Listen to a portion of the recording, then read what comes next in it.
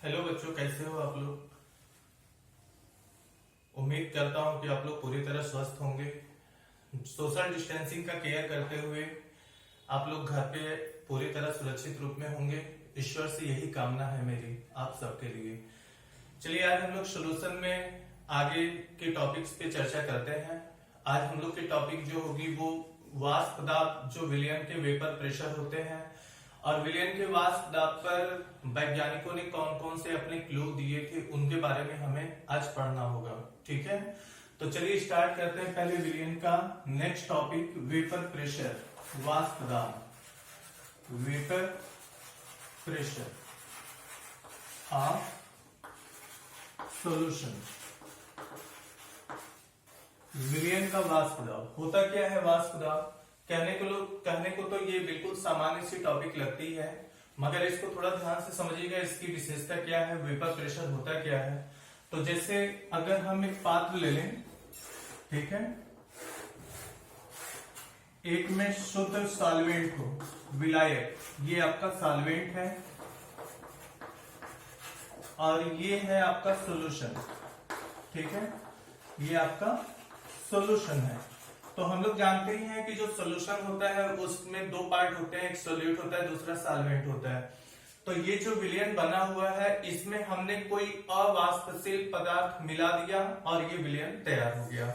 ये शुद्ध विलायक है आपका। शुद्ध विलायक के रूप में आप इसे जल भी मान सकते हैं। अब यदि दोनों को गर्म किया जाए, समान टेम्परेचर दिया जाए, तो अगर इसमें बनने वाले वाष्प जो होगा, अगर जो इसका वेपर प्रेशर होगा वो अगर P0 हो और इसका वेपर प्रेशर PS हो, तो ये स्पष्ट है कि इसमें वाष्प अधिक बनेगा, क्योंकि इसके जो पार्ट, ये पूरी तरह शुद्ध अवस्था में सॉल्वेंट है, तो इसमें बनने वाले वाष्प काफी अधिक मात्रा में बनेगी। सॉल्यूशन में विलेय के कणों की मात्रा अधिक हो जाने के कारण जो विलेय के कण होते हैं वो सॉल्वेंट के एक्सेस टेम्परेचर को एब्जॉर्ब कर लेते हैं। जो अतिरिक्त ताप होता है उसको अवशोषित कर लेते हैं, जिससे इस विलयन के कणों को वाष्पित होने में अधिक तापमान प्राप्त नहीं हो पाता है, जिसके कारण बनने वाले वाष्प की मात्रा विलयन में काफी कम होती है। इस कारण इसका जो वाष्प दाब होगा, मतलब विलयन का जो वाष्प दाब होगा वो विलायक के वाष्प दाब से कम हो जाएगा, यानी कि P0 का मान अधिक होगा किसकी अपेक्षा, PS के। ये कंडीशन अप्लाई होता है। यानी हम किसी सॉल्वेंट की और सॉल्यूशन के वेपर प्रेशर की तुलना करें तो सॉल्वेंट का जो वेपर प्रेशर होता है वो हमेशा अधिक होता है in comparison to the vapour pressure of solution. ठीक है, अब वाष्प दाब कहेंगे किसे, तो जैसे अगर हम किसी बंद पात्र में, ऐसे अगर हम कोई बंद पात्र ले लेते हैं और इसमें विलयन भरा हो, ठीक है, ये सॉल्यूशन है, ठीक है, इसमें विलयन भर दिया जाए और इसे गर्म करें, तो जब गर्म करेंगे तो वाष्पन की क्रिया होगी, जो वाष्प, और ये जो ऊपर रिक्त स्थान आप देख रहे हो यहाँ पे वाष्प एकत्रित होता जाएगा। कुछ समय के बाद बनने वाले जो वाष्प हैं वो पुनः कंडेंस होते जाएंगे, संघनित होकर के लिक्विड अवस्था में आकर पुनः इस विलयन में मिलने लगेंगे। तो प्रारंभ में वाष्पन की क्रिया तेजी से होने के कारण बनने वाले वाष्प की मात्रा अधिक हो जाएगी। कुछ समय के बाद संघनन की क्रिया तेजी से होने लगती है और जो वाष्पित कण होते हैं वो लिक्विफाइड होकर के पुनः इस द्रव में मिलना शुरू कर देते हैं। एक ऐसा समय आता है जब वाष्पन की क्रिया और संघनन की क्रिया दोनों की दरें आपस में बराबर हो जाती हैं। जब दोनों की दर आपस में बराबर हो जाती है, उस कंडीशन में ऊपर एकत्रित हुए वाष्प के द्वारा द्रव की सतह पर लगाया गया जो दाब होगा उसे हम वाष्प दाब कहेंगे, विलयन का वेपर प्रेशर कहेंगे, जिसे हम साम्य दाब के नाम से भी जानते हैं। तो ये था विलयन का वाष्प दाब। और विलयन के वाष्प दाब पर प्रयोग करते हुए 1787 ईस्वी में, ठीक है, फ्रांस के वैज्ञानिक एफ राउल्ट ने अपना एक सिद्धांत प्रस्तुत किया, और वो सिद्धांत क्या था ध्यान से समझिएगा।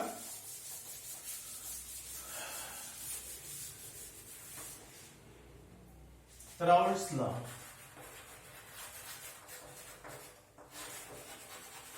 तो राउल्ट का जो नियम है वो विलयन के वाष्प दाब से संबंधित है, लेकिन इसमें भी दो प्रकार के विलयन आते हैं। एक ऐसा विलयन जो वाष्पशील नेचर का होता है, दूसरा ऐसा विलयन जो अवाष्पशील नेचर का होता है। तो बारी बारी से दोनों विलयन के बारे में राउल्ट का नियम जो लागू होता है उनको हम अध्ययन कर लेते हैं। सबसे पहले वोलाटाइल सॉल्यूशन।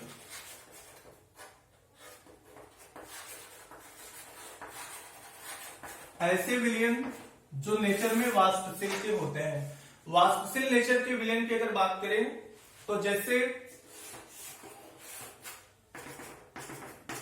ये एक विलयन है और इसका नेचर है वाष्पशील। वाष्पशील नेचर का ये विलयन हमने लिया है। तो इस विलयन का जो वाष्प दाब होगा, vapour pressure of the solution P जो होगा, इस विलयन में जो वाष्पशील नेचर का विलेय पदार्थ उपस्थित है उस विलेय पदार्थ के मोल प्रभाज के समानुपाती होगा, यानी डायरेक्टली प्रोपोर्शनल टू जाई।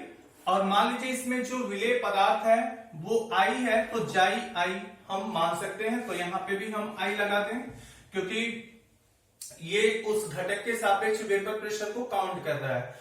तो किसी भी वाष्पशील विलयन का जो वाष्प दाब होता है उस विलयन में उपस्थित विलेय पदार्थ के मोल प्रभाज के समानुपाती होता है। अब इसमें जो I पदार्थ उपस्थित है उसका यदि शुद्ध अवस्था में वेपर प्रेशर P0 हो, यानी एट प्योर स्टेट शुद्ध अवस्था में अगर इसका वेपर प्रेशर Pi का P0 हो, तो हम लिख सकते हैं आंशिक दाब Pi, ये समानुपाती वाला चिन्ह हटाएंगे यहां से, P0I इंटू जाई I की। तो ये रिलेशन होता है, राउल्ट का नियम यही बताता है वाष्पशील द्रव विलयन के संदर्भ में कि विलयन का जो वाष्प दाब होगा उस विलयन में उपस्थित घटक पदार्थ के शुद्ध अवस्था में आंशिक दाब और उस विलेय पदार्थ के मोल प्रभाज के गुणनफल के बराबर होता है। बात समझ में आया? यानी the vapour pressure of the solution is just equal to the vapour pressure of the solute molecule solute substance in the pure state multiplied by the mole fraction of the relevant solution. तो ये आपका जो rule है ये Raoult का नियम वाष्पशील विलयनों पर लागू होता है। दूसरा, ऐसे विलयन जो नेचर में अवाष्पशील होते हैं, यानी नॉन वोलाटाइल सॉल्यूशन पर, नॉन वोलाटाइल सॉल्यूशन के लिए। तो अब यहां पे ऐसा हम दूसरा विलयन ले लें। इस विलयन में जो विलेय पदार्थ उपस्थित है वो नेचर में सॉल्यूट जो उपस्थित है वो नेचर में क्या है, नॉन वोलाटाइल। ठीक है, अवाष्पशील नेचर का सॉल्यूट इसमें उपस्थित है, तो हम कहेंगे ये जो विलयन का नेचर होगा लगभग अवाष्पशील नेचर का विलयन होगा। तो एक बात यहां पे ये है, जैसे अभी हमने वेपर प्रेशर के बारे में बताया कि जब हम किसी विलयन में अवाष्पशील विलेय पदार्थ मिला देते हैं तो उस विलयन का जो वाष्प दाब होता है वो सॉल्वेंट के वेपर प्रेशर से थोड़ा कम हो जाता है। बात समझ में आया? तो वाष्प दाब में अगर मान लीजिए इसमें जो सॉल्यूट मिला रहे हैं, बात समझ में आया? सॉल्यूट जो मिला रहे हैं, मिलाने के बाद वाष्प दाब में इसमें कमी आ जाएगी। तो अगर शुद्ध अवस्था में इस विलायक का वाष्प दाब P0 रहा हो, विलयन का वाष्प दाब PS हो जाए, तो हमेशा विलायक का वाष्प दाब विलयन के वाष्प दाब से अधिक होगा। कितना अधिक हो रहा है जानने के लिए हम क्या करेंगे, P0 माइनस PS कर देंगे, यानी विलायक के वाष्प दाब में से विलयन का वाष्प दाब को घटाएंगे तो ये वाष्प दाब में कमी आ जाएगी। वाष्प दाब में कमी या वाष्प दाब में होने वाला अवनमन। अब इसमें विलेय पदार्थ के सापेक्ष कितना कमी हो रहा है, वेपर प्रेशर में विलेय पदार्थ के सापेक्ष कितना अवनमन हो रहा है, सापेक्षिक अवनमन यदि निकालना हो तो इसमें हम डिवाइड कर देंगे P0 से। बात समझ में आया?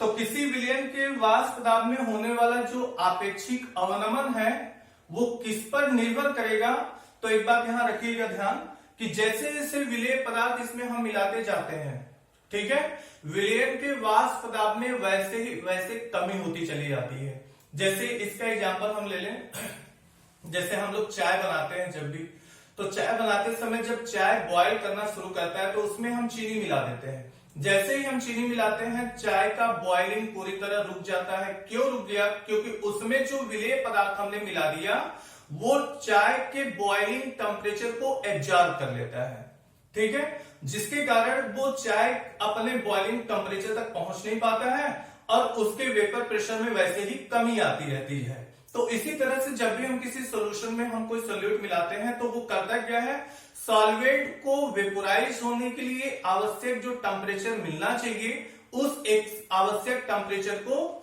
सॉल्यूट एब्जॉर्ब कर लेता है, जिसके कारण सॉल्यूशन अपने बॉइलिंग टेम्परेचर तक पहुंच नहीं पाता है। मतलब वेपोराइजेशन की क्रिया काफी धीमी पड़ जाती है, जिसके कारण वेपर प्रेशर में भी कमी आ जाती है। तो किसी विलयन के वाष्प दाब में होने वाला जो आपेक्षिक अवनमन है, यहां से इस बात को क्लियर ये करता है कि विलयन में उपस्थित विलेय पदार्थ के मोल फ्रैक्शन के बराबर होगा। मतलब विलेय पदार्थ जितनी अधिक से अधिक मात्रा में हम मिलाएंगे वैसे वैसे वेपर प्रेशर में होने वाला जो रिलेटिवली डिप्रेशन होगा वो वैसे वैसे कम होता चला जाएगा। Means this is just equal to the mole fraction of the solute, और mole fraction of the solute निकालने का तरीका हमने बताया था n प्लस n, ठीक है। स्मॉल n क्या है? इसमें उपस्थित विलेय पदार्थ के मोलों की संख्या है, कैपिटल N क्या है? विलायक के मोलों की संख्या है। यदि विलयन अत्यंत डाइल्यूट हो जाए, बात समझ में आया? मतलब विलयन में उपस्थित विलेय की मात्रा काफी कम हो तो उस कंडीशन में हम दर्शा सकते हैं कि n is very very greater than small n के, और ये तब नया फार्मूला देगा P0 minus PS upon P0 equal to small n बटे कैपिटल N की। ये फार्मूला यहां से जनरेट हो जाएगा, ठीक है। तो ये था राउल्ट का दो प्रकार के विलयनों पर जो नियम है। वाष्पशील विलयनों पर राउल्ट का जो नियम होता है कि वाष्पशील विलयन का जो वाष्प दाब होता है उस विलयन में उपस्थित घटक यानी जो कंपोजिट है उस कंपोजिट सब्सटेंस के शुद्ध अवस्था में आंशिक दाब और उसी विलेय पदार्थ के मोल फ्रैक्शन के गुणनफल के बराबर होता है, ठीक है। जबकि अवाष्पशील द्रव वाले विलयनों पर राउल्ट का नियम जो लागू होता है वो ये फार्मूला जनरेट करता है। मतलब किसी अवाष्पशील विलयन के वाष्प दाब में होने वाली जो आपेक्षिक कमी है, आपेक्षिक अवनमन है, वो उस विलयन में उपस्थित विलेय के मोल प्रभाज के बराबर होती है। अब इसके बाद आपको ये जानना है राउल्ट के नियम से डेविएशन तो करते हैं कितने प्रकार के सॉल्यूशन, वो सॉल्यूशन कौन से होते हैं? देखिए, डेविएशन फ्रॉम राउल्ट्स लॉ, ठीक है। राउल्ट के नियम से विचलन। तो ये जानने से पहले हम दो प्रकार के विलयन को और जान लें। एक आइडियल सॉल्यूशन होता है, दूसरा होता है नॉन आइडियल सॉल्यूशन। तो आइडियल सॉल्यूशन क्या होता है, ध्यान से समझिएगा। आदर्श विलयन किसे कहते हैं? तो ऐसे विलयन जो सांद्रता की सभी परिस्थितियों में राउल्ट के नियम का पूर्ण रूप से पालन करते हैं उनको हम आइडियल सॉल्यूशन कहते हैं, ठीक है। मतलब आइडियल सॉल्यूशन ऐसे विलयन होते हैं जो सांद्रता की सभी परिस्थितियों में राउल्ट के नियम का पूर्ण रूप से पालन करते हैं, उनको आइडियल सॉल्यूशन कहते हैं। आदर्श विलयन होने के लिए दो आवश्यक शर्तें होनी जरूरी है। पहला ये कि जो विलयन होता है दो या दो से अधिक पदार्थों का जो समांगी मिश्रण बनकर होता है विलयन जिसे कहते हैं, उस विलयन का एंथैल्पी परिवर्तन शून्य होना चाहिए। बात समझ में आया? यानी डेल्टा एच मिक्सिंग ये वैल्यू किसके बराबर होनी चाहिए? 0। इसका मतलब क्या हुआ? अगर हम दो या दो से अधिक पदार्थों को परस्पर मिलाकर के सॉल्यूशन बनाते हैं तो उस क्रिया के दौरान न तो ऊष्मा उत्सर्जित होगी और न ही ऊष्मा अवशोषित होगी। परिणाम ये होगा उस विलयन की एंथैल्पी मिक्स का मान, मतलब मिक्सिंग एंथैल्पी की वैल्यू 0 के बराबर होगी।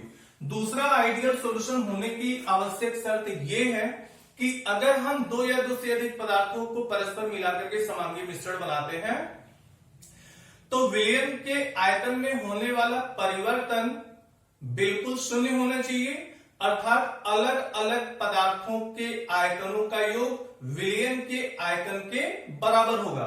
उस कंडीशन में delta V of mixing is equal to 0। और ये दो कंडीशन जो विलयन फॉलो करेगा that's will be ideal solution. ठीक है, इसी के अलावा दूसरा आता है नॉन आइडियल सॉल्यूशन।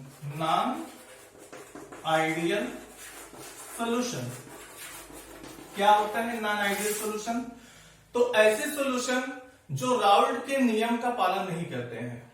बात समझ में आया? देखिए यहां पे यही टॉपिक आती है, Raoult deviation of the solutions from the Raoult's law.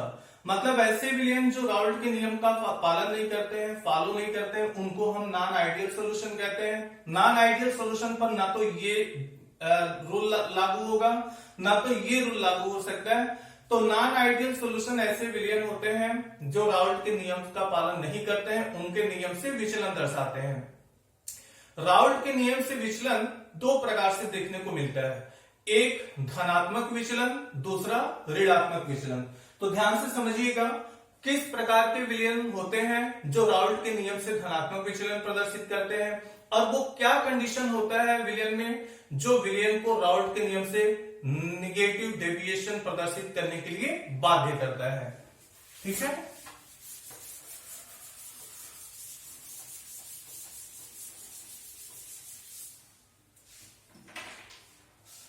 पहला पॉजिटिव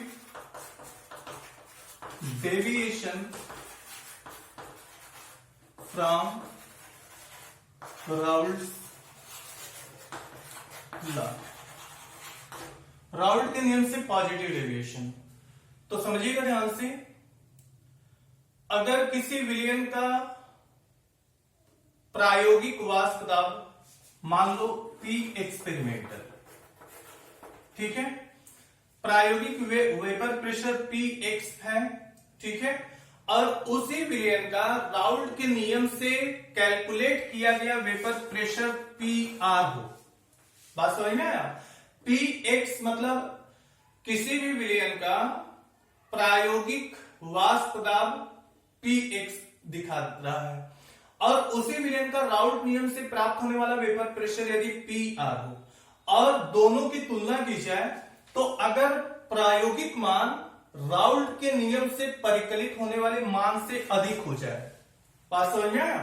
किसी भी विलयन का प्रायोगिक वेपर प्रेशर राउल्ट के नियम से प्राप्त होने वाले परिकलित मान से यदि अधिक होता है तो ऐसे विलयन पॉजिटिव डेविएशन दिखाते हैं, धनात्मक विचलन दर्शाते हैं। ठीक है, दूसरा कंडीशन ये है निगेटिव डेविएशन।